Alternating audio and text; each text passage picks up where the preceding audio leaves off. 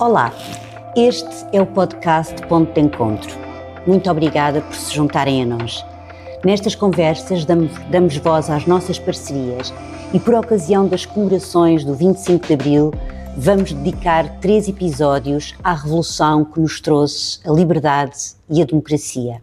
Por ocasião das comemorações dos 50 anos da Revolução de Abril, organizámos uma iniciativa chamada 25 de Abril na primeira pessoa, em que 3 convidados deram o seu testemunho a alunos de diversas escolas.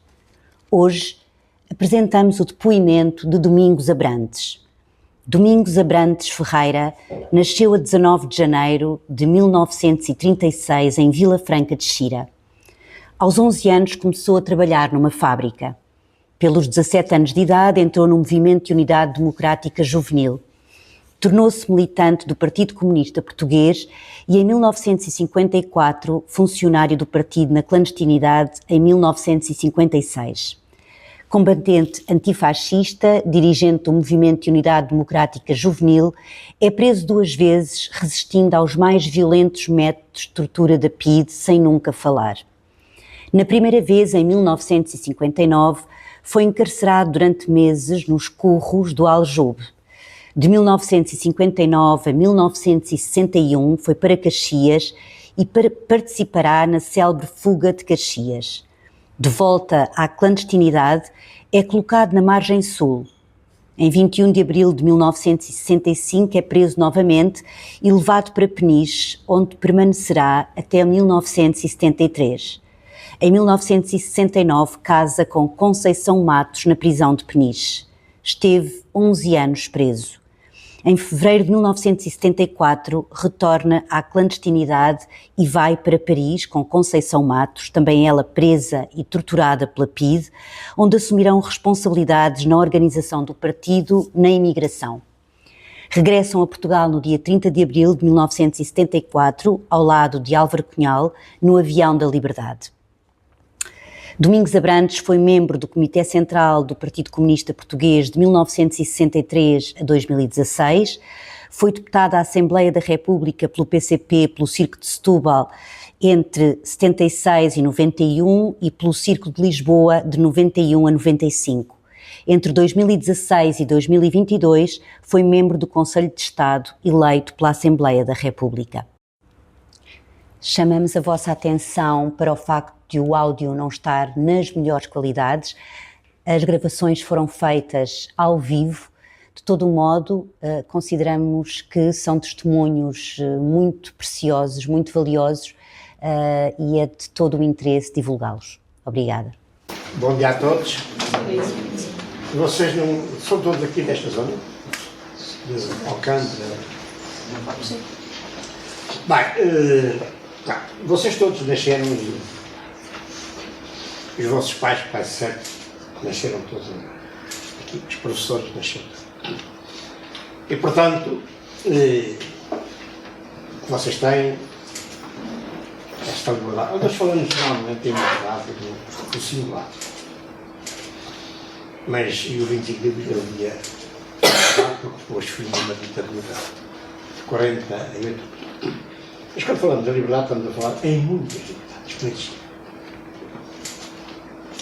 E, portanto, para quem vocês nasceu em liberdade, pode ser difícil perceber o que era viver sem liberdade.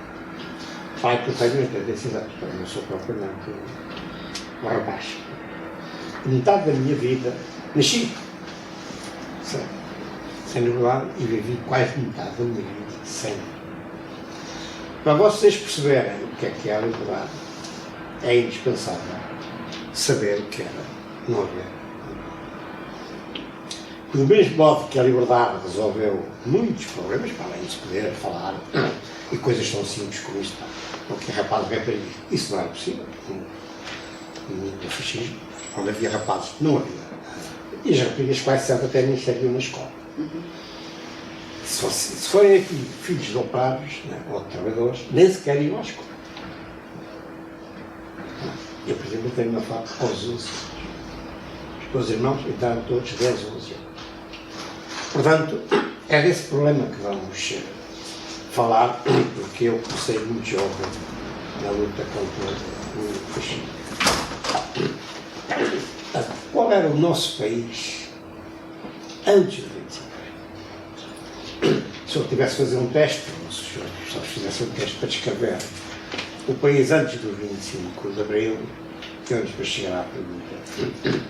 Em primeiro lugar, éramos um país extremamente pobre, atrasado e desigual, porque havia grande parte da nossa população vivia miseravelmente, mas havia, obviamente, e sobretudo aqui nesta zona, na Alcântara, como na zona oriental, que eram as grandes zonas operárias do país, era uma vida difícil. Para vocês podem ser difícil imaginar quanto era a pobreza deste país. Os salários eram coisa baixíssima, muito baixa. Paupérrimos. Para se melhorar salários, era preciso lutar. Isso às vezes significava a prisão, o despedimento. Todos vocês estão calçados. Mas eu andava descalço. E trabalhava. Ia para a escola descalço. Quase sabe que todos vocês tomaram um pequeno almoço a descer. Mas eu saí muitas vezes de casa sem comer nada. E não é um caso isolado. Reparai neste. Isto é uma turma de aulas. Só tem duas pessoas calçadas. O professor e o outro. Tudo descalço. Vocês têm bilhete de idade, não têm? Cartão. Cidadão. Diz fulano tal, fulano tal. Mas eu tinha um cartão que dizia pobre. E os meus pais trabalhavam.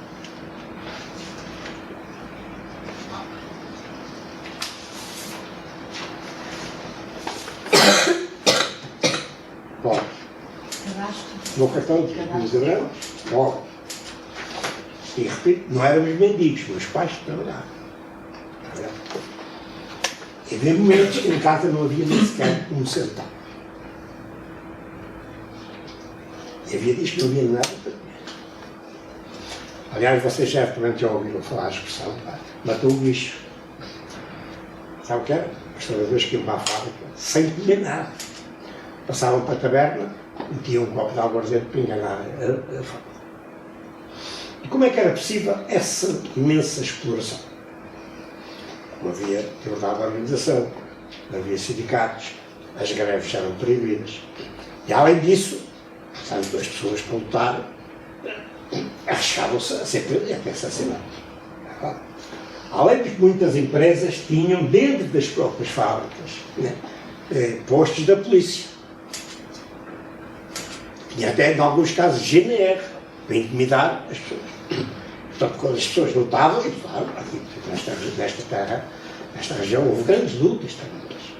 Mas também houve muitas prisões e muitos assassinatos. Então era preciso muita coragem, às vezes para pedir os pistões. E quando eu tinha 7 anos, assisti à primeira greve, estava a uma esquina no bairro, que é um bairro da zona oriental, que era de fábricas, minha mãe trabalhava numa fábrica, e essas mulheres fizeram greve, foram presas, às centenas, foram todas para a Praça de Torres do Campo Pequeno. Janeiro, sabe o que elas pediam? Temos fome, queremos pão, não tinha nada, estou pedindo pão. Para hoje, é quase absurdo as pessoas pedirem pão. Mas o certo é que pão, naquela altura, nas casas dos operários, era mercadoria rara. E, portanto, mas havia grandes fortunas. E de algumas zonas de enorme fome. Havia margens contra a fome. E sem isso, as pessoas não comiam. Não melhoravam as suas condições de vida. Hoje, claro, o ensino, repara que no 25 de Abril havia 27% de analfabetos. 27%. Mais de um quarto da nossa população. Estas escolas, hoje, digamos, havia concelhos inteiros que não havia escolas secundárias. Muitas centenas de concelhos não tinham uma única escola. Isso é o resultado do 25 de Abril. 25 de Abril. E hoje, portanto, vocês veem muitas mulheres, muitos rapazes, filhos de trabalhadores que chegam à universidade. Isso era quase impossível, durante o 25 de Abril. Contavam-se por dentro os filhos de trabalhadores que chegassem à universidade. E as raparigas, então, em 1974 havia apenas 0,5% de mulheres na universidade. Ora, hoje até não, mas os lugares são mesmo. Além do mais, éramos um país extremamente obscurantista. Porque já descobriu que, digamos, a ignorância era uma condição ao privilégio. Tinha medo do esclarecimento, da escola, da informação, porque, digamos, manter as pessoas na ignorância, e havia zonas de país de extrema ignorância. A nossa,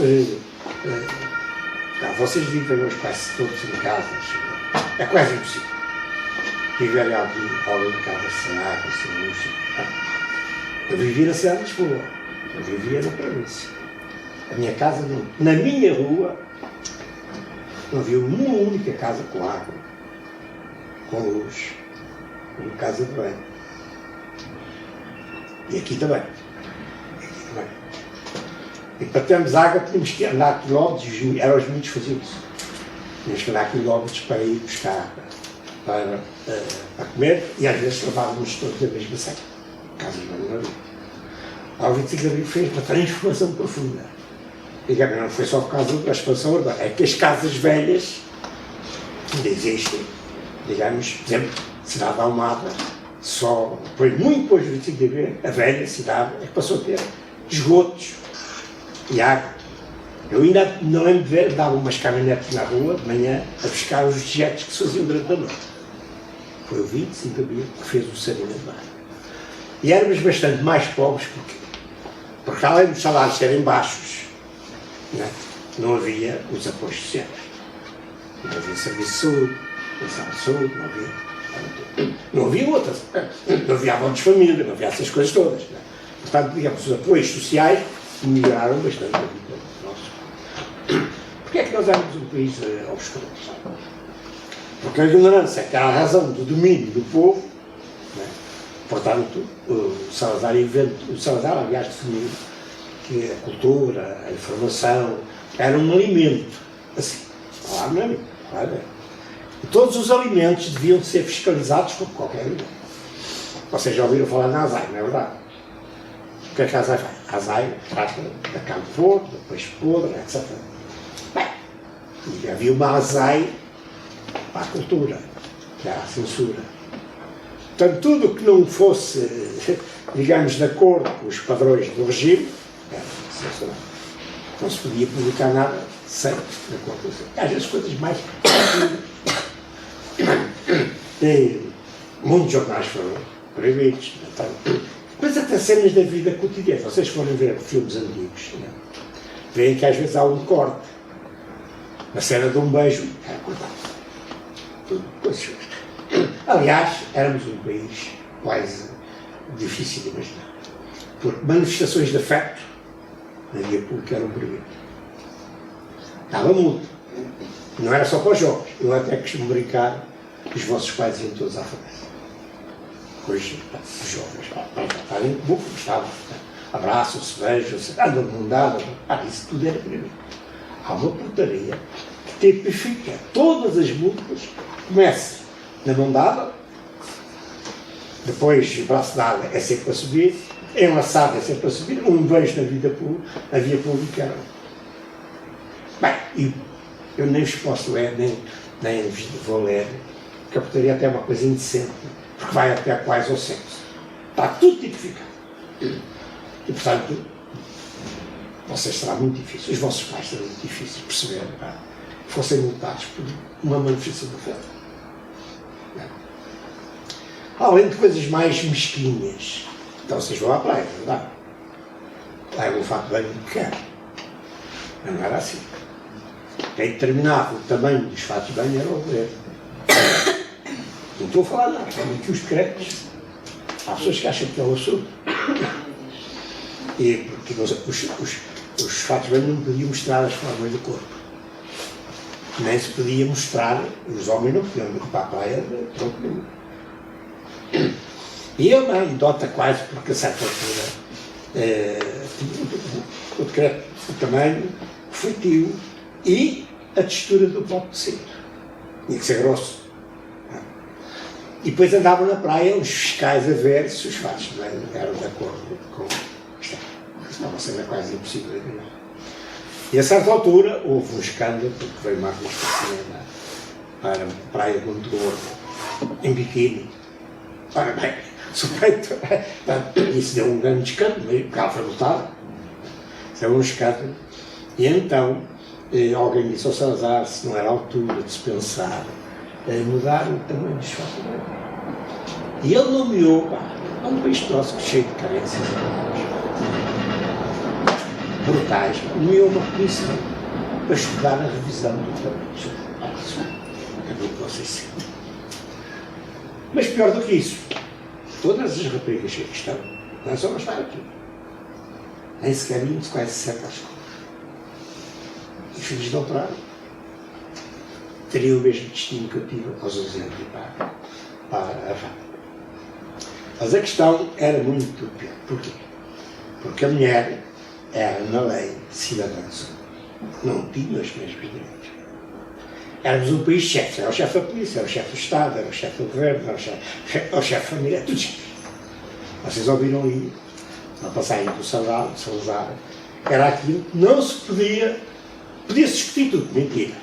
Mas havia coisas que não se podia discutir. Chegar à família, o trabalho, a autoridade, etc.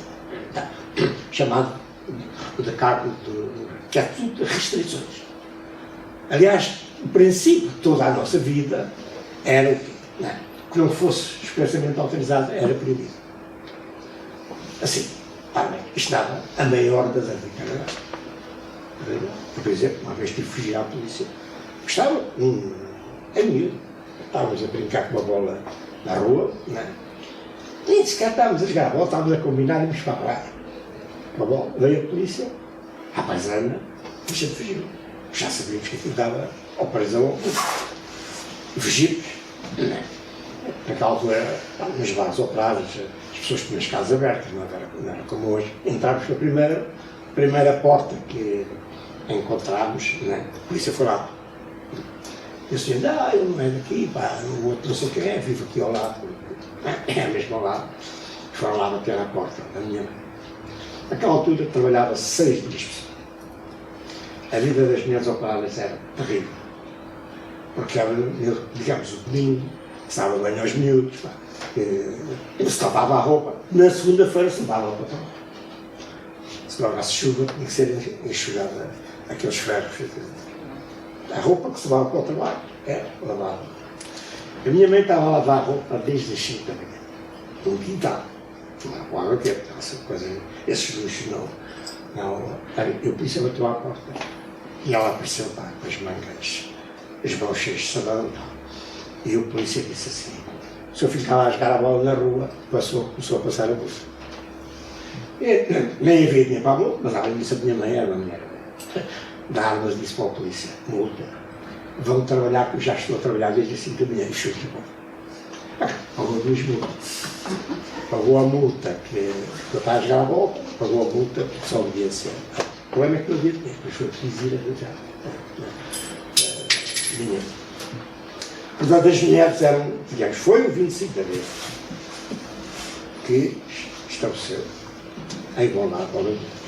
Há discriminações, sem dúvida, mas isso é uma conquista que para as mulheres levaram mais durante um século. É uma conquista do 25 de abril, das maiores conquistas do 25 de abril, que era uma coisa humilhante, a constituição das mulheres. Não tinham direitos nem aos filhos. As nossas professoras, digamos, o resto eu quero. Maquiagem não podia maquiar, isso era proibido. As professoras não se podiam maquiar. E para casar, tinham que pedir autorização ao Ministério para casar. E tinham mais, tinham que atestar a idoneidade moral e financeira dos maridos. Então, vocês percebem, isto de casar ou não casar é uma decisão íntima. Mas havia profissões, as mulheres enfermeiras, as telefonistas, os colegas de bordo, etc., que não podiam casar para exercer essa profissão. Essas profissões, se quisessem ser, não podiam casar. Claro, o fascismo tinha a teoria que eram profissões que exigiam a entrega total. Mentira. Que isso era a forma de quase não lhes pagar nada. Viviam, por exemplo, as enfermeiras viviam nos hospitais, viviam nos hospitais, portanto, tinham batas dos hospitais. Era por isso, não é? Mas houve pessoas, houve mulheres, que foram presas por lutar por direito ao casamento. Por exemplo, não sei se vocês sabem quem é o professor historiador António Borges Coelho. Há muitos livros de história. A mulher dele, Isabel II, teve presa 4 anos. 4. Sabe porquê? Liderou um movimento por direito ao casamento. Ficou conhecido na política pelo casamento dela. Mas a irmã dela, que também era enfermeira, foi presa, julgada, sabe porquê? Porque encontraram na agenda um PB. Duas letras. E a polícia concluiu que aquele PB era Partido Bolchevique, que é uma coisa que nem havia. E foi não, na base de 2 letras. E esteve quase a ser condenada, não, se não dissesse o que é que aquilo dizia. E disse, sabe o que é que se queria dizer? Meu primeiro beijo. Uma jovem, um ato afetivo, não deixa. Esteve quase a ser presa, a ficar na cadeia. Portanto, é neste país que estamos, mas nós, além do mais, vivíamos numa situação, pois já não me aqui, éramos um país devassado e vigiado. Vocês podiam estar ali com os vossos pais, estavam de carro da polícia, e muitos. Estes coisas são várias antenas, já tentaram um casal dentro, e ali num jardim, numa esplanada, a escutar toda a vocês um dia foram à toda, tomem em conta qualquer coisa como 6 milhões de portugueses fichados. 6 milhões, uma população que era baixa. Ora bem, e ali encontram uma devassa completa. Que as pessoas pensam, o que lê, com quem se dão, os cafés que frequentam, os amores que têm, tudo ali fichado. Como é que isso obtinha? Estes carros. E obtinham-se uma coisa que era bufos. Viviam no nosso meio. Trabalhavam para a polícia. E que informavam. Às vezes até nas próprias casas. Às vezes até nas próprias famílias. E é, portanto, digamos, porque essa informação não era só por causa das pessoas que pensavam. É porque, para ser professor, magistrado, para as Forças Armadas, assim, para concorrer aos sindicatos, às associações académicas, etc. Era preciso fazer uma declaração de que não se era desafeto ao regime, que se repudiava o comunismo. E as pessoas, claro, normalmente queriam trabalhar, não sou desafeto ao regime e não sou comunista, obviamente. Ninguém ia dizer porque queriam alguma coisa. Mas isso não chegava. Essas entidades depois, escola, pediam à polícia uma informação para confirmar. E essas fichas serviam precisamente para, digamos, confirmar se as pessoas eram ou não. Bem, a gente podia estar aqui a relatar esse país triste, escuro. Vocês podem imaginar o que era viver sempre a pensar assim. Podia-se pensar. E até às vezes as coisas mais pequenas. Podia-se ir ao cinema, ver um filme que um cinema que toda a gente ser identificada com aquele filme. Quem é que foi ver aquele filme? Quem é que recomendou aquele filme? Etc. Era neste ambiente. Eu tenho um cunhado, por esta história de um dia foi multado a atravessar a Rua da Prata na diagonal.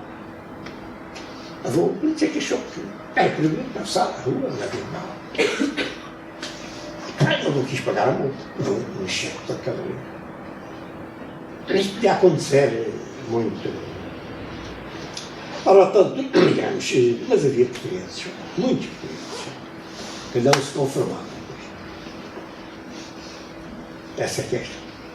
Nós vimos ali, a afiar, tal. Sem dúvidas, mas não esquece que a ditadura foi derrubada no dia 25 de abril. Mas não é tudo.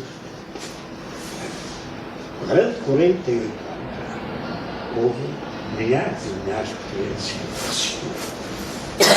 Pão, direito à escola, direito à sociedade, direito a ser livre, pagaram um preço enorme por essa.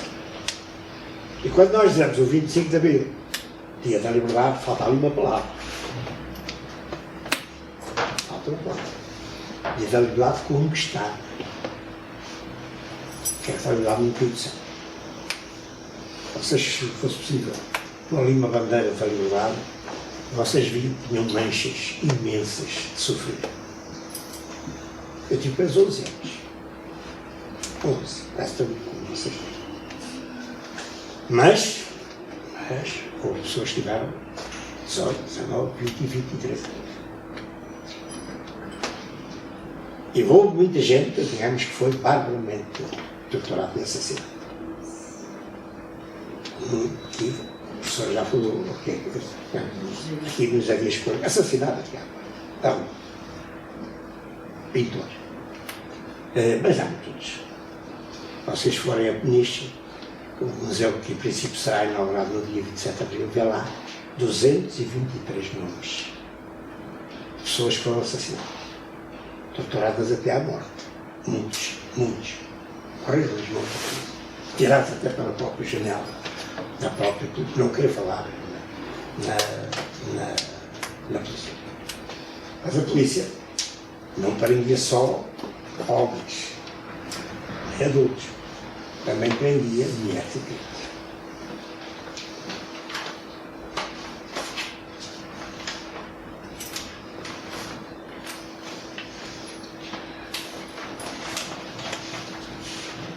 Olha nisto. Estou aqui 30 e tal mulheres. E não são todas.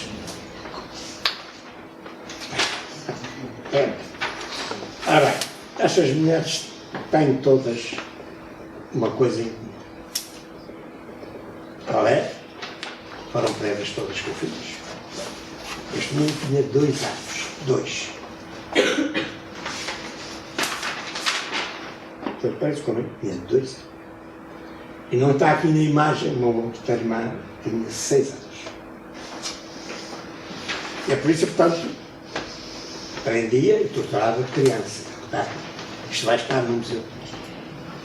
É difícil imaginar. E vocês podem imaginar, ou as vossas mães podem imaginar, que essa coisa acontece. Que fica nas mãos da polícia. E sobretudo as mulheres grávidas, a violência sobre as mulheres era uma coisa brutal. Foram assassinados 14 mulheres. Fala-se muito da Catarina, não é? A Catarina Feima foi assassinada, quando com outras camponesas podia. E só pode. Mas são 14.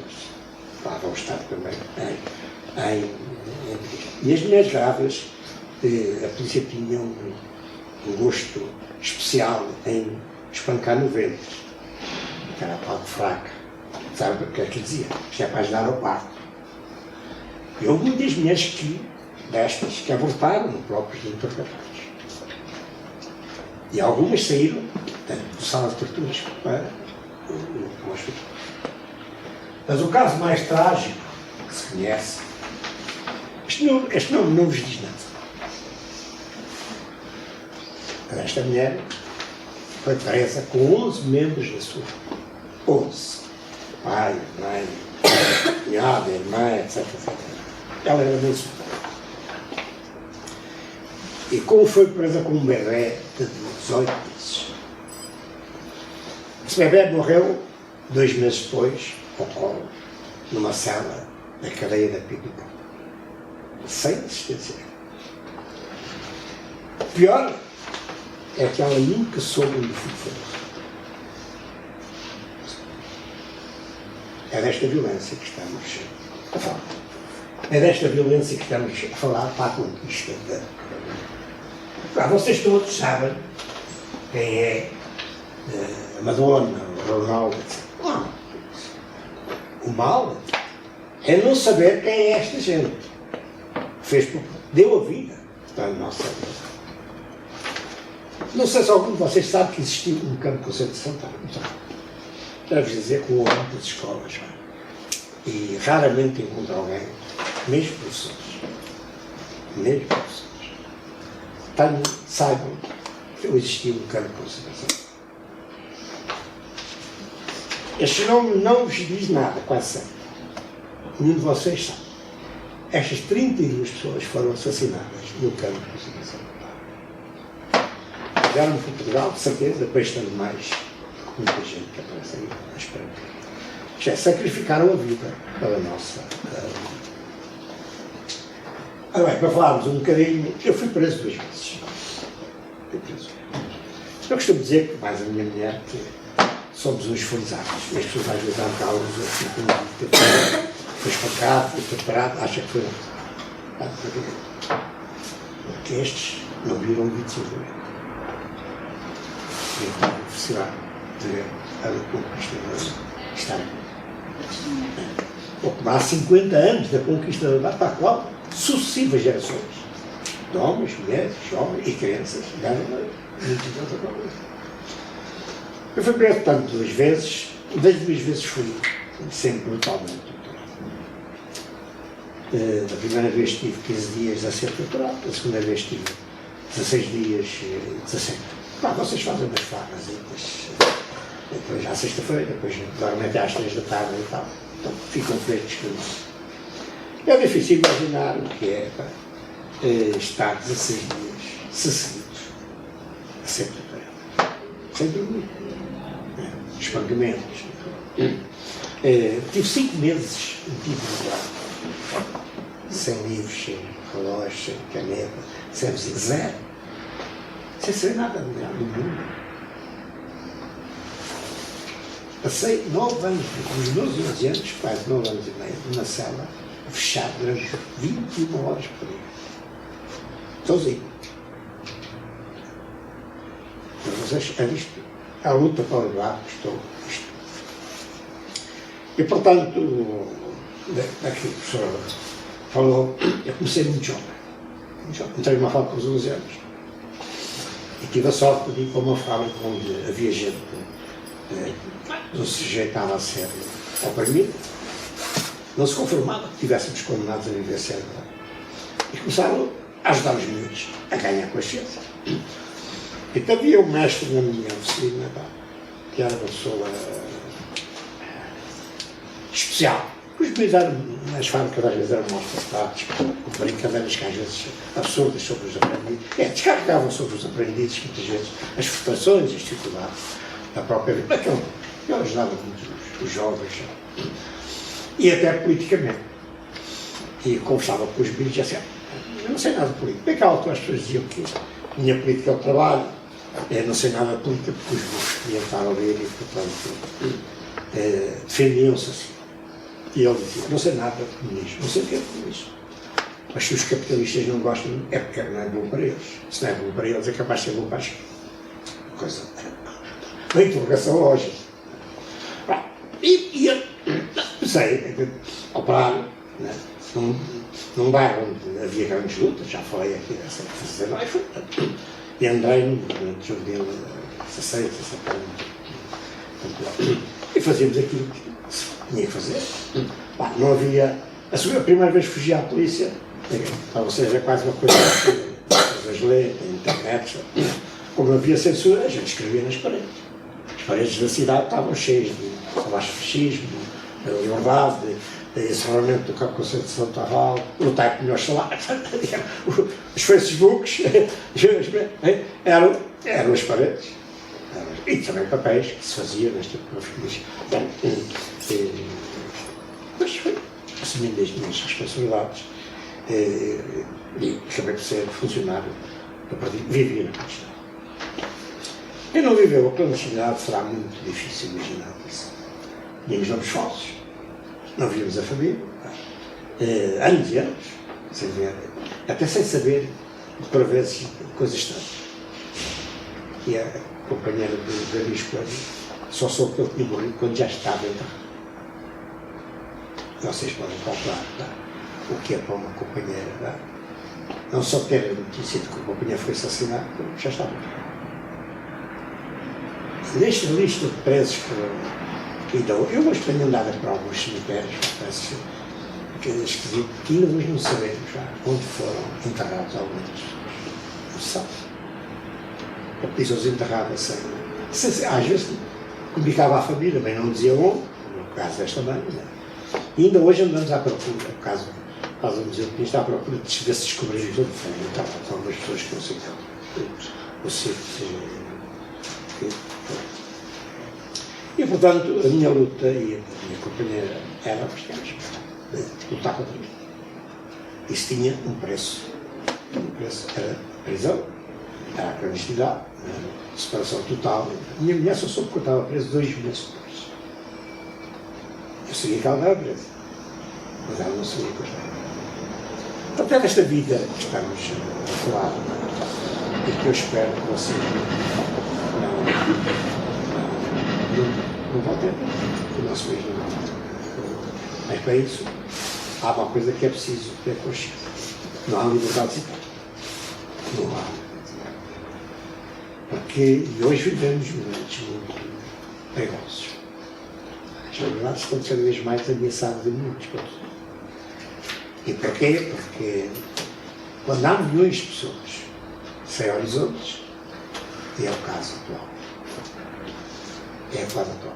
No nosso país há milhões e milhões. Vocês olham para o Mediterrâneo, aquela vala dessas coisas, tem fome. Portanto, arriscam tudo, até a própria vida. Quando há milhões de pessoas sem horizontes, é muito fácil acreditar em milagres, nos milagres.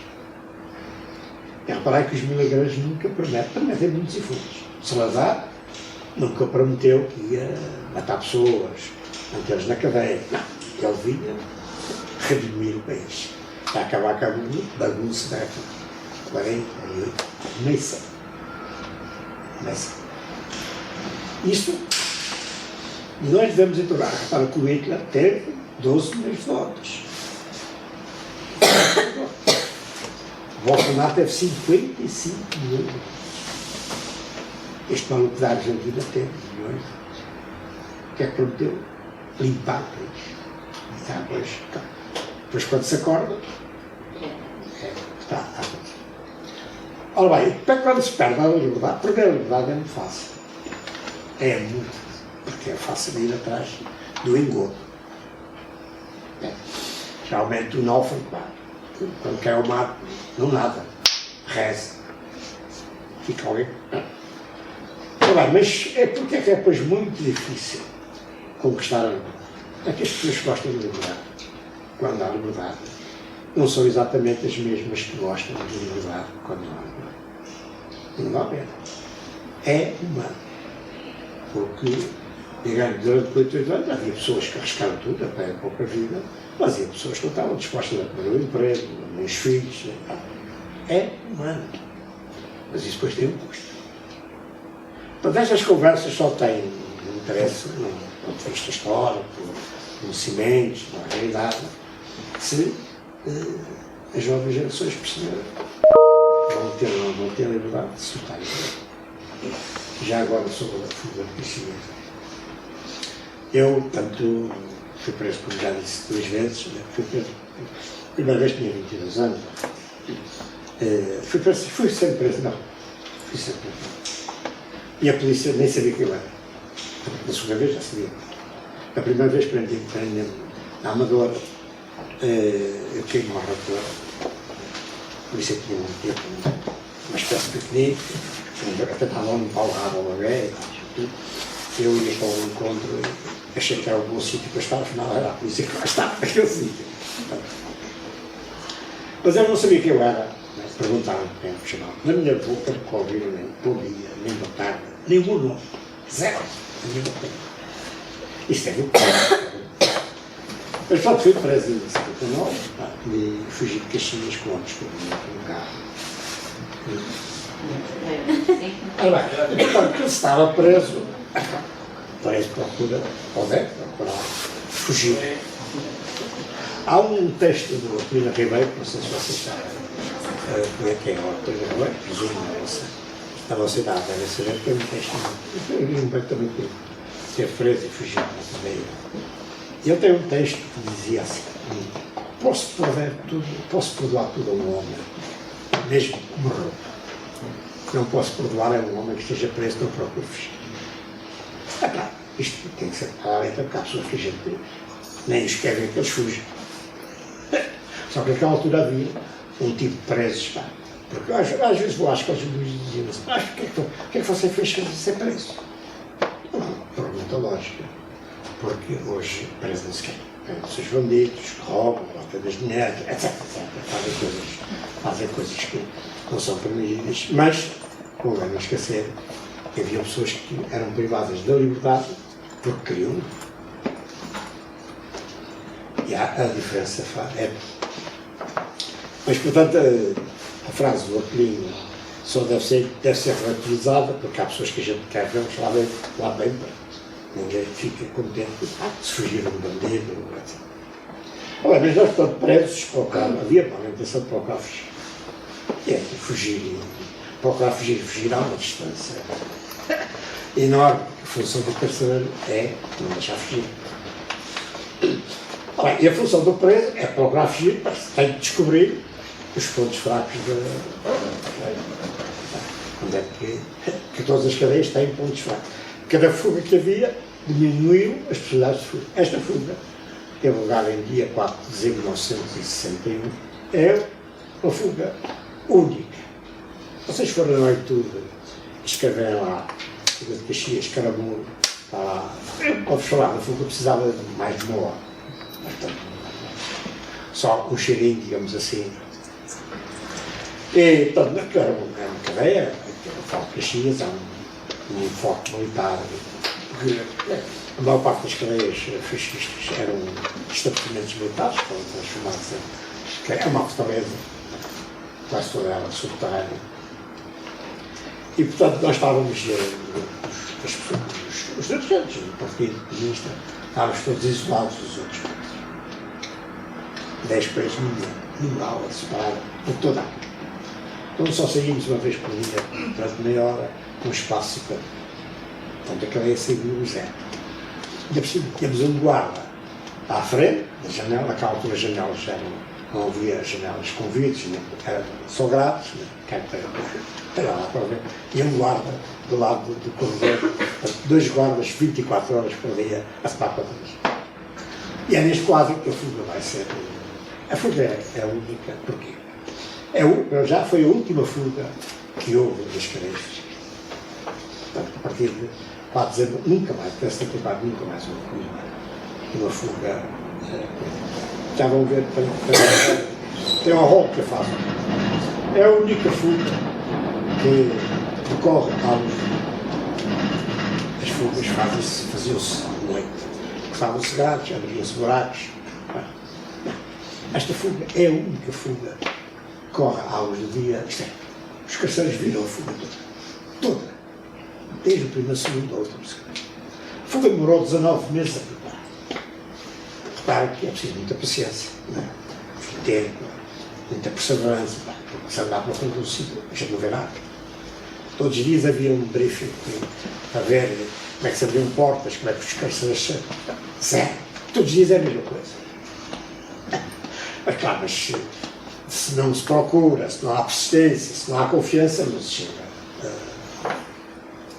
Portanto, esta fuga decorreu à luz do dia, portanto, a fuga demorou 60 segundos. 19 meses transformados em 60. Mas quem vai a fugir sob fogo, já lá vamos, 60 segundos é uma eternidade. Portanto, os carcereiros viram, porque a fuga só podia ser durante o dia, porque já estava isolado, portanto, para fugir na forma que eu fugi, tinha que ser dia. Tem um outro ingrediente, porque Caxias era uma cadeia da PIDE, dirigida por um inspetor da PIDE, E, portanto, fugimos hoje. É uma grande derrota para o país. Uma coisa tremenda. Aliás, deu um grande sorriso a própria polícia, o próprio Salazar exigiu explicações. Bem, e por último, não é por último, fugimos cá, blindado do Salazar. Estava na cadeia. Bem, vocês percebem o que é que isto? O Salazar parece que nunca mais quis pôr o espelho no carro. Um carro que servia para a segurança do ditador serviu para a libertação dos comunistas que tinham sido declarados pelo próprio Salazar os inimigos. Qual foi a chave desta fuga? Nós fizemos várias tentativas, até houve uma fuga que teve quase, teve mesmo marcada com data e tudo, né? E que depois foi abortada, mas que nós sabíamos onde entrávamos, mas não sabíamos onde é que íamos ser. Mas tem uma risca. Hoje sabemos que íamos ter aos pés da própria janela, o túnel, tinha, mas isso a gente não sabia. Mas a fuga foi abortada, porque quando foi a fuga a cadeia revelou todos os processos de Caxias, né? E criou vários problemas, porque a nossa já estava em preparação. Um deles foi, portanto, proibir-nos de ir a um sítio, tínhamos acesso a tudo, e criou uns portões que caderam. Bem, como é que isto se resolveu? Houve um camarada nosso, que era um trabalhador da cadeia, da Carris, que aceitou uma tarefa extremamente difícil. Foi fingir que se passava ao lado do inimigo. Se tornava um tudo fingido. Só havia duas pessoas que sabiam disso. E, portanto, ele fez uma zargata na sala, 15 pés, 15 pés, já não é? Meteu-se até com os jovens, porque os jovens eram um bocado arriados. Foi à porta e deu uns murros, com toda a força, chitadíssimo, veio guarda, e disse: eu estou farto de comunismo, não sei como é que meti nisto, quero ajudar o governo a combater o comunismo, e ofereceu-se para ficaram, não morderam logo o isco. Acharam que havia ali qualquer coisa. Mas a gula de ter um traidor, pois, para o resto da cadeia, ela desmoraliza, porque a cadeia não sabia. Era tudo combinado. Ninguém na cadeia, nem as famílias sabiam, nem a família dele. Andaram quase um mês para morder, e a certa altura criou-se uma situação dramática, porque os camaradas estavam na sala com ela.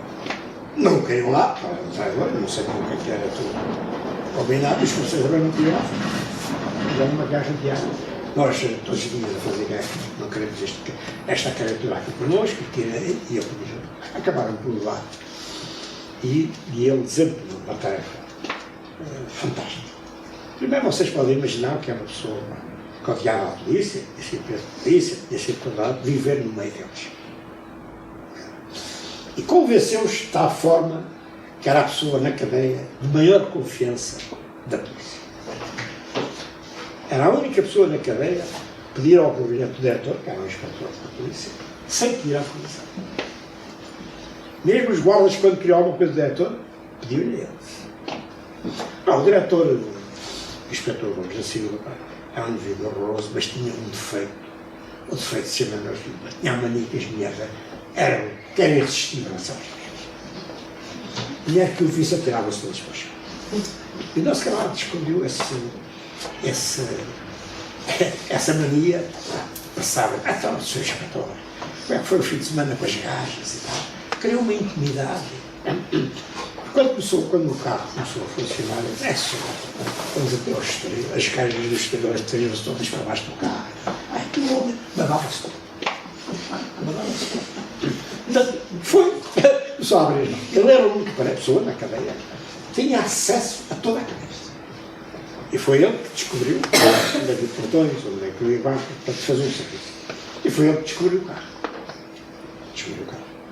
Descobriu o carro lá numa garagem, o carro não trabalhava, porque tinha um segredo que só o motorista do Salazar sabia.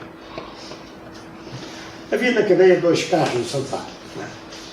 Um não servia para nada, porque era a polícia que fazia a manutenção, mas levava a chave da evolução. Este não trabalhava, tinha um segredo, mas tinha a chave da evolução. Portanto, só esta é a polícia.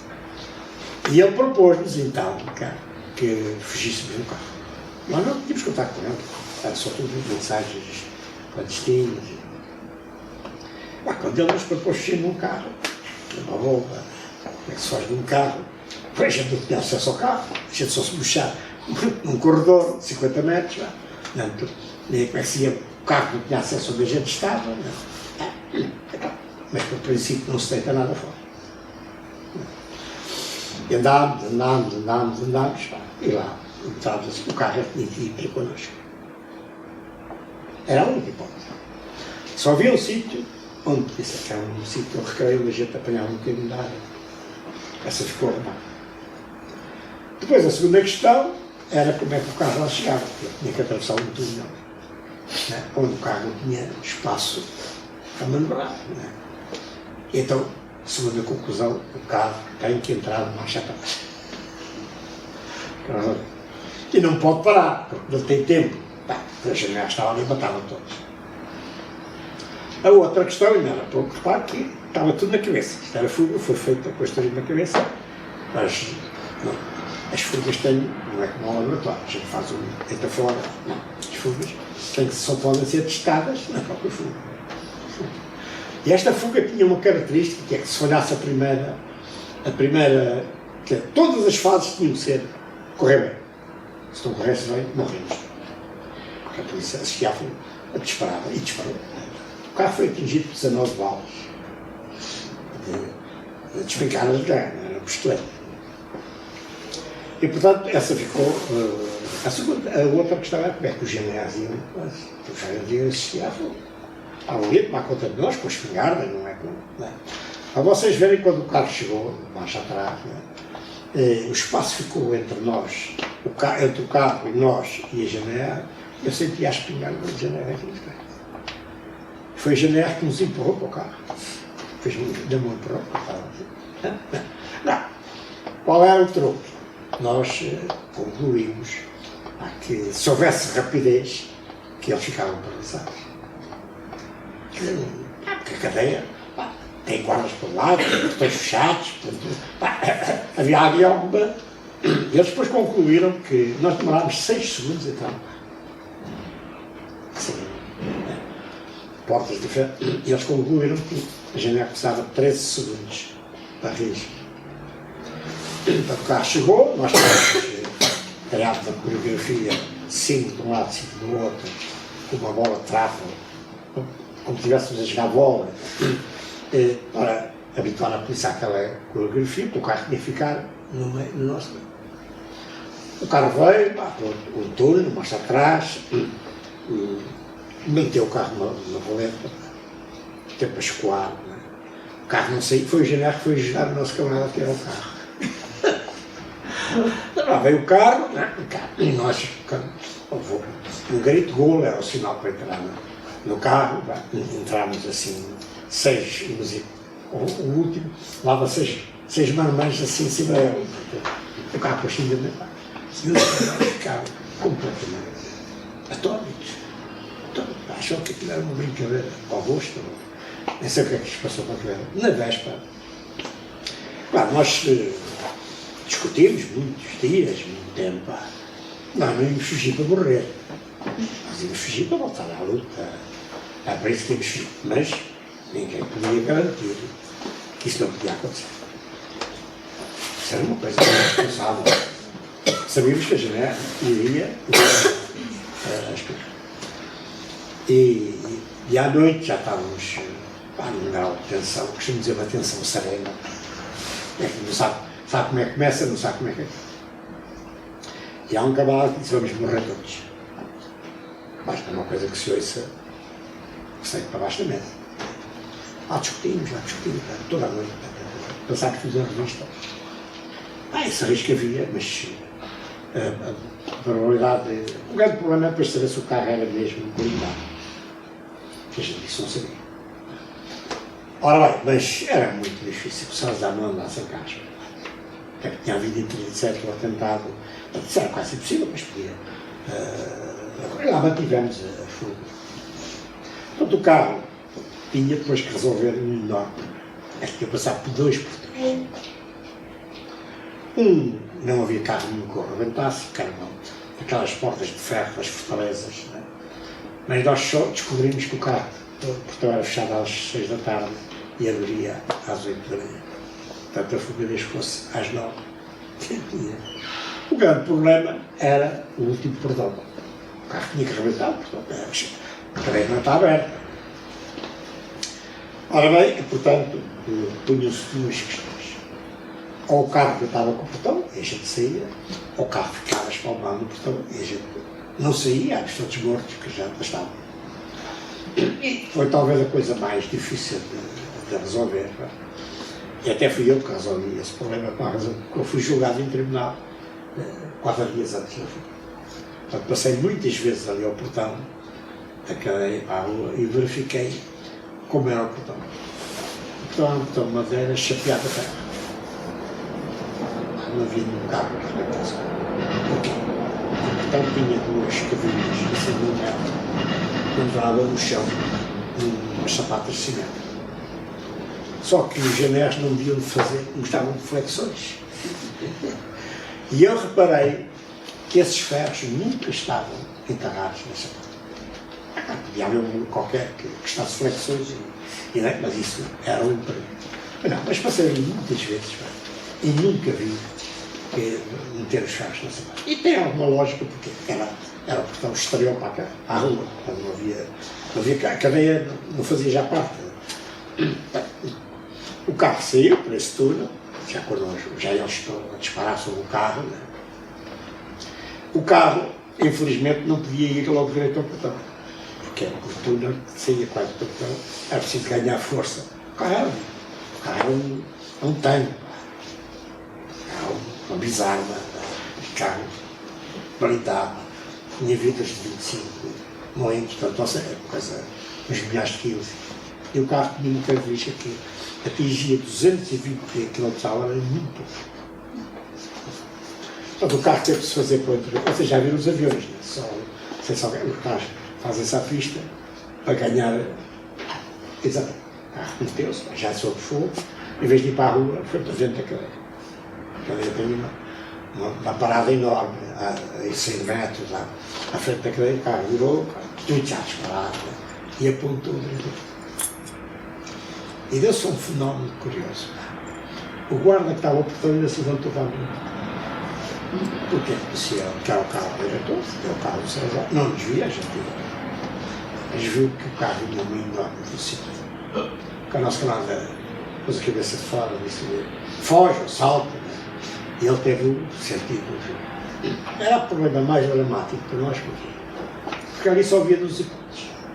Se ele não salta, tínhamos que o matar, porque matávamos a nós. Isso não há. Se a gente parasse, morríamos. Entra logo. Mas ele teve bom senso de saltar até quando nós vimos, o carro foi deitado para o portão, metade do portão ficou intacto. A outra foi para o ar. E tudo a espreitar assim, a ver se a madeira, o carro ficou todo, a escada à frente. Todo. Aliás, quase a vazia, está para ruas, na estrada, na autoestrada, como se a gente não soubesse que o carro era. Depois passam-se os segundos cruciais, porque o carro, aquilo que fez por dentro, depois tinha que passar à frente da cadeia. Uns 100 metros, talvez.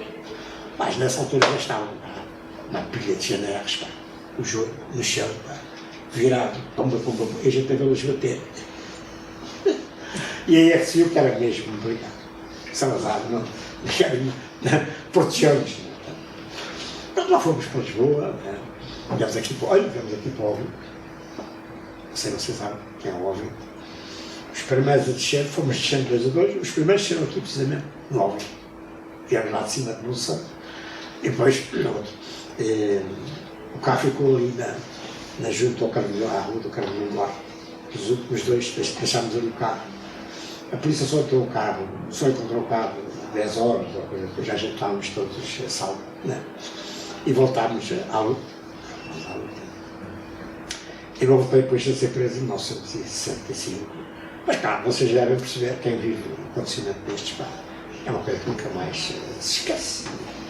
Pelo que costumo dizer que a Fuga de Caxias é uma obra de arte.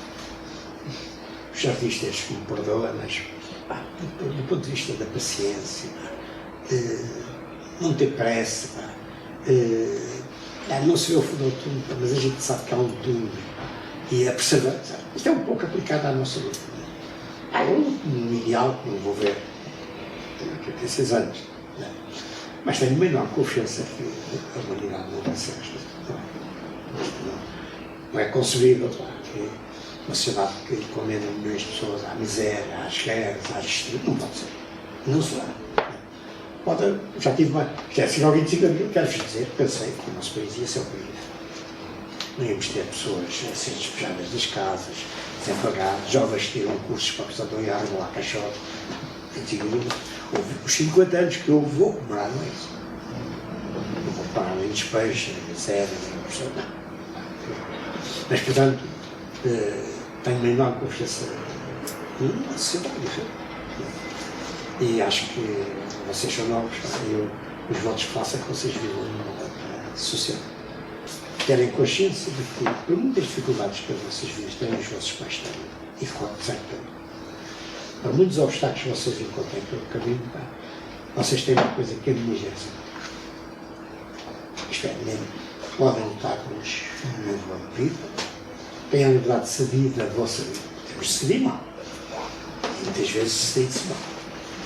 Uma das tragédias dos povos e dos trabalhadores é que muitas vezes são eles que fazem o laço com o que morre, mas isso é uma opção. Isso é uma opção. Mas vocês têm uma coisa que eu não tive. É que vocês podem decidir a vossa vida, o futuro, né? Sem ser presos, sem ser torturados, sem ser assassinados. Portanto, isto não é. Agora, cada um tem que fazer o que quer na vida. Todos nós, os seres humanos, nenhum de nós, estou aqui, nenhum ser humano decide da nascença. Isso é uma decisão que percebes. Essa decisão coube a outros. É assim que é a vida humana.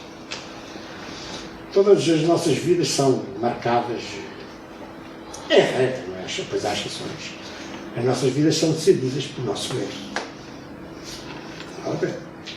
Na sociedade em que viver, mas há exceções, há pessoas que têm, mas filhos operados são operados. Eram, pelo menos assim, Mas os pais eram operados, eu fui operado, o meu irmão era operado, estamos operados. O berço, nesta sociedade, marca o destino de grande parte das pessoas. Mas há uma coisa que depende de mim. Não depende de ninguém. Depende de nós. Que é a posição face aos problemas da vida. Isso é uma opção para mim. Há dias perguntaram-me se eu me tinha tornado comunista por ser pobre. Eu nasci pobre. Não. Os comunistas não se tornam, os pobres não se tornam comunistas só por ser pobres. Isso havia comunistas para nós. Na humanidade, grande parte da humanidade é pobre. Grande parte do nosso povo é pobre. Não. O que distingue o regime comunista, porque é preciso ser uma mente muito perversa para gostar desta sociedade. Não sei como vocês, os vossos pais, acham que a vida aqui, sem horizontes, pessoas que trabalham toda a vida sempre na miséria, não se enriquecem toda. Vivemos numa sociedade absurda. Há pessoas que enriquecem a dormir.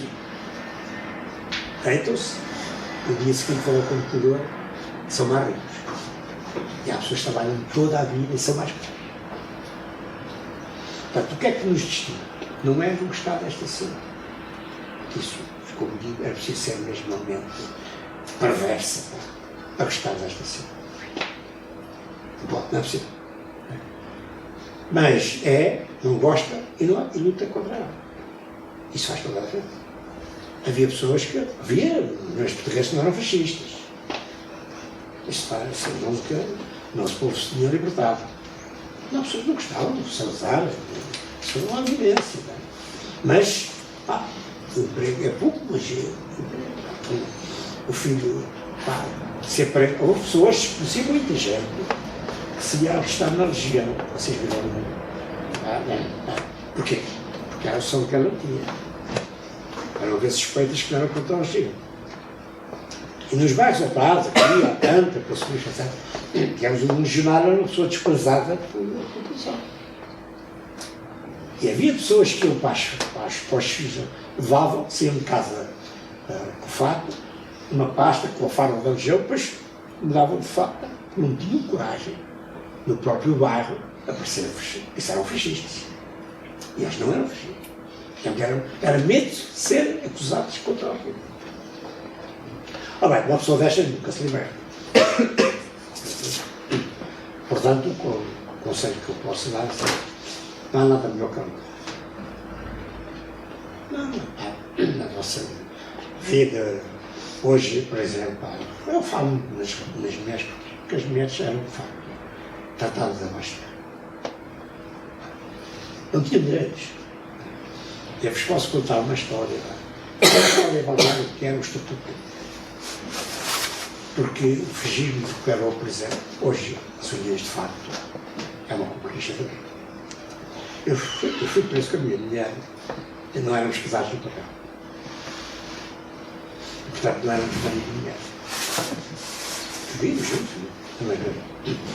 Vocês forem ver as notícias da nossa prisão, diz Maria da Conceição, amante de Domingos. Depois, quando fomos autorizados a casar, na cadeia de Peniche, passou a ser noiva. E depois de casar, passou a ser esposa. Então, a mesma pessoa tinha interesse. Sabe o que é que aconteceu? Tivemos 5 anos. 5 anos. Sem nos podermos escrever, não éramos casados. Sem nos podermos ver, não éramos casados. Então, era o custo disto. Mas o casamento, que era considerado pelo regime eterno, indissoluto. Sabe o que é que acontece se às mulheres que não há casamentos indissolúveis? Isso é uma mentira. Não há lei nenhuma que possa. Há pessoas que viviam lá, sujeitavam-se a viver casamentos. Não gostavam, isto não tinha.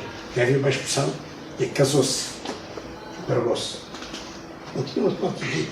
Havia mulheres que eram casadas, só que não tinham um pouco de dinheiro. A opressão. Mas uma mulher que reconstituiu-se, que não se tivesse divorciado, ela continuava a ser mulher do outro. À luz da lei, era mulher do outro. E eu vou-vos contar isto, não estamos a falar de outra história. Tinha dos anos 60. Havia uma mulher que trabalhava num escritório de advogado na Rua Augusta, que estava separada do marido. Ele deixou sair o pessoal, foi lá, amarrou-a, violou e foi absolvido. Porquê? Porque, segundo a lei, enquanto ela fosse casada, ter relações sexuais era uma obrigação. Não era um desejo. Não era um desejo. Era uma vontade. Era uma obrigação. Quisesse ou não quisesse. Ora, hoje isso não acontece. Há pessoas que falam, fazem, mas isso hoje é crime. Isso hoje é crime. Não é pouco. Não é pouco. É muito. Hoje ninguém é obrigado a viver como quem não quer. E se for vítima de violência, é crime. Portanto, digamos, acho que vocês não têm nada melhor do que eu. Já vos disse, grande parte de vocês são filhos de trabalhadores no exterior. Daí na falta. Não dá o que pernas. Não dá o de certeza para pernas. Eu num mês não ganharia de certeza para comprar o plano. E era preciso que o patrão pagasse, porque às vezes o patrão decidia não pagar. Vou-vos contar, um dia cheguei, era o sábado, ganhava 20 escudos por semana. E o patrão resolve não pagar. Não pergunta porquê, não pagou. Nem deu explicações. E então, cheguei a casa, a minha mãe estava à espera desses, era um sábado, desses 20 escudos. Não havia um cêntimo.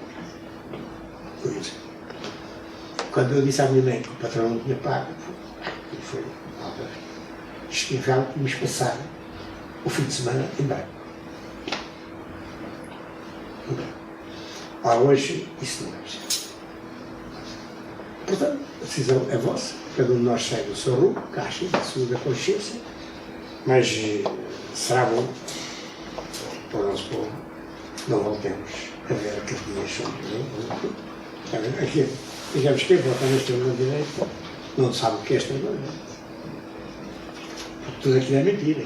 A vocês estiverem atentos, aquilo o que promete é porque eu acho que há o fundo, porque as pessoas também, eu não faço injustiça porque as pessoas que votaram na extrema-direita são fascistas, todo, isso é todo, e esse povo melhor a gente reformar, não havia futuro. Nem as pessoas que votaram no Hitler eram todos nazis. Porque o Hitler não dizia que ia matar as pessoas, dizia que ia dar trabalho, ia libertar a Alemanha da opressão e tal. Porque senão não se costuma dizer, não se apanham formigas com vinagre. Então, ora bem, mas portanto, aqui é uma linguagem muito simples. E não é um fenómeno no nosso país. Porque esta ideia da limpeza, você repara que o maluco lá da Argentina andava com uma motosserra. Ia cortar pela raiz todos os maus. Já a gente agora está a ver o quê? As universidades já coisa, os hospitais a fechar, trabalho. Porquê? Porque infelizmente há na vida política muitas coisas, uma realidade, que essa já corrupção. Uma coisa evidente. É uma coisa evidente. O problema é que depois tratam a política em geral, não é as políticas e os políticos. É o sistema. É o sistema. Ora, já tudo é o Chega, foi o Bolsonaro, agora na Espanha, é na Itália, foi o Salazar, é a política em geral. No tempo da República até havia um jornal que se chamava A Chose. E os trabalhadores percebiam que aquela gente queria era governar. E, portanto, era preciso acabar com isso. Só que os que vieram depois para endireitar isto é só para a gente. E nós vivemos esse momento. Porque se vocês estiverem atentos, cada um decide da sua vida. Mas há uma coisa que vocês devem fazer. É sempre que um político fala a quem serve. Eu já vos disse que no mestre dizia que o comunismo, os capitalistas não gostam, não é bom para eles. É uma evidência. Depois gostam só uma parte, isso é uma evidência. Senão. Ora bem, portanto, esta ideia é sempre desconfiar. Eu desde pequenino aprendi a desconfiar. Ensinaram a desconfiar. Quando eu sou um banqueiro falar de boa vida, dar aos portugueses isto aqui, é mentira. É mentira. Porque não dão nada. Eu trabalhei numa fábrica em que, dos melos. Lá vocês têm uma clínica. Os melos eram uma grande fortuna. E a certa altura, faziam aqui, a administração era aqui aqui muito Castanheira, um grande edifício da administração, e os big bosses reuniam com os trabalhadores à mesa. Para quê? No fascismo. Criaram uma comissão de trabalhadores do fascismo, da comissão da CUF. E então era para os trabalhadores apresentarem propostas a aumentar a produção, aumentar a riqueza. Porque, diziam eles, quanto maior for a riqueza da CUF, mais os trabalhadores ganham. Mentira. Foram feitas contas por cada 10 gestões que aumentassem a produção, 9 eram para os médicos e 1 para os trabalhadores. Ora, hoje é quase isso. Hoje é quase isso. Portanto, digamos, não é possível. E reparem-se, porque são mentiras. Vocês todos ouvem, e isso entra como manteiga na bucha. Esta história de vocês veem o Portas, etc., todos falam a liberdade de escolha. Os portugueses devem ter a liberdade de escolher o médico que quer. Escolher a escola que os quer. Mentira. Mentira. Sabe porquê? Porque depois da escolha é a escolha. Porque há escolas onde nunca atingirão jovens de certos bairros. Nem tem, porque escolas lá não se paga todas. Lá diz, fui a uma escola. A gente julga que sabe algumas coisas. Fui a uma escola, falava sobre ensino ambiental. Não sei se convenci alguém, porque a mensalidade é 2.000 euros por mês. Já vai à cantina, não é a cantina destas coisas. 3 pratos de restaurante, os miúdos que os pais têm 2.000 euros para pagar, não comem. Cara para os freitos, obviamente, ou feijão fraco. Depois, as fardas. Depois, as viagens. É preciso ter muito. É fácil imaginar. O que é pagar? E há pais lá que têm experiência. Então, nessa escola, nenhum pai dos bairros de Lapa, e não é preciso ser de Lapa, basta ser um empregado, não é? Pode escolher aquilo que não é para eles, é uma mentira. Quando se diz escolher, é para os que têm muito pagar menos. No caso dos hospitais. A gente pode ir ao hospital da CUF. Mas há casos em que te põem ali logo um depósito à cabeça 5.000 euros. E toda a gente tem 5.000 euros. Há vocês não sei virar de uma prisão. Uma senhora que resolveu ir, por causa da gripe e tal, 200 euros à cabeça. Portanto, isso é muito. Essa ideia da liberdade de escolha é para quem já tem muito, o Estado lhes dá mais. Mas isto é bonito, é fácil de entender. É que não quer escolher, quer ir ali àquele médico, alto hospital. Não sei quem são os vossos pais, mas certeza, se forem pessoas de vida modesta, não têm capacidade de escolha. Mas isto entra com uma.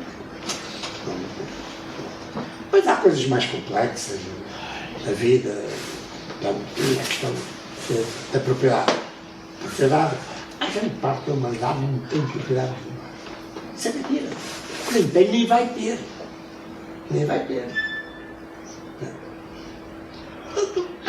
A questão é a consciência que cada um depois tem e das suas opções, se quiser. Isto é, podemos decidir mal, mas decidimos, e essa é o outro bem. Podemos decidir mal, outras vezes podemos decidir assim. Eu estava fora de peixe. Eu saí da cadeia no dia 23 de março de 1972. Eu passei à clandestinidade novamente no dia 6 de fevereiro de 70. Não passava pela cabeça que 2 meses depois eu tinha ido a Bruxelas fazer uma reunião com o Partido Comunista, com os movimentos de libertação de Angola, Moçambique, Cabo Verde, acho que só não teve Guiné, só não esteve São Tomé já. E portanto, estávamos reunidos, nenhum de nós soube o 25 de abril. Estávamos metidos numa casa em Bruxelas a discutir a continuação da luta anticolonial. Vocês viram ali a guerra, até ver um caixãozinho e a cansar. Isso é uma grande. Pode haver muitas dificuldades e muitos recursos, mas o 25 de abril depois foi um império de 500 anos. Um império de monstruosidade. Os crimes de. Nós somos os grandes costumes. Os crimes que os portugueses cometeram em África é uma coisa monstruosa. Se vocês forem à Assembleia da República, encontram um livro, uma sessão da Assembleia da República, ainda antes do fascismo, 1919, que é uma ação da Assembleia da República à porta-chave. Porque os militares portugueses estão a falar de 1919. Digamos, houve uma tentativa de revolta em Angola, que foram pelas picadas fora, enterrando negros com o pescoço. Enterrados vivos. Isto é um escândalo porque houve jovens militares que tiveram coragem para denunciar. É uma coisa que fizeram, não disseram só, não. Em papel, 25 linhas, assinado, e obrigou a Assembleia a discutir. Mas o escândalo era tal, que teve-se a aparecer. Isso manteve-se secreto muito tempo. E, portanto, e as guerras coloniais custou-nos milhares de mortes. Milhares de mortes. Depois também milhares de estropiados. Já não falo dos quase 200 mil africanos que foram assassinados. Não discutir. Ainda hoje se fala no stress de guerra, na doença que resulta. Ora bem, vocês muito jovens fugiram à guerra. Muito jovens, dezenas de mais jovens fugiram. Portanto, vocês não vêm de guerras coloniais. Pode haver alguns malucos que nos vão lá ao caramba ou coisa assim, mas isso depois só vai aqui. Portanto, digamos, somos um povo que, em princípio, no caso, as guerras coloniais não custaram só vidas, custaram um servidor da riqueza, com 2 mil anos. Vai custar, chegou a gastar 6% do seu orçamento com a guerra. Para um país como o nosso é uma coisa monstruosa. Para que na Europa não se discute. E há países que se torcem um bocadinho, chegaram aos 2%. Que é também uma coisa monstruosa. Porque se há para os canhões, não há para a bandeira, não há para a saúde, a riqueza não sai de um lado. Ora bem, portanto, nós fomos um povo exaurido com estas coisas. Disso vocês não vão ter. Portanto, o problema é sempre o mesmo. A decisão é sempre. Muitas pessoas foram para a guerra e havia até pais que não queriam que os filhos não aceitar. Porque sempre a história trágica, quem morre é sempre os outros. É como na guerra. Na cadeia de guerra as bombas só vão cair do outro lado.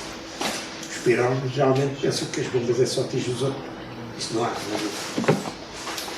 Sucessos no estudo e felicidades na vida, que eu creio que uma pessoa como eu pode desejar a qualquer ser humano. Mas a felicidade constrói-se. Para ter acesso a mais conversas inspiradoras, podem subscrever o podcast Ponto de Encontro em qualquer plataforma que utilizem. Obrigada e até breve.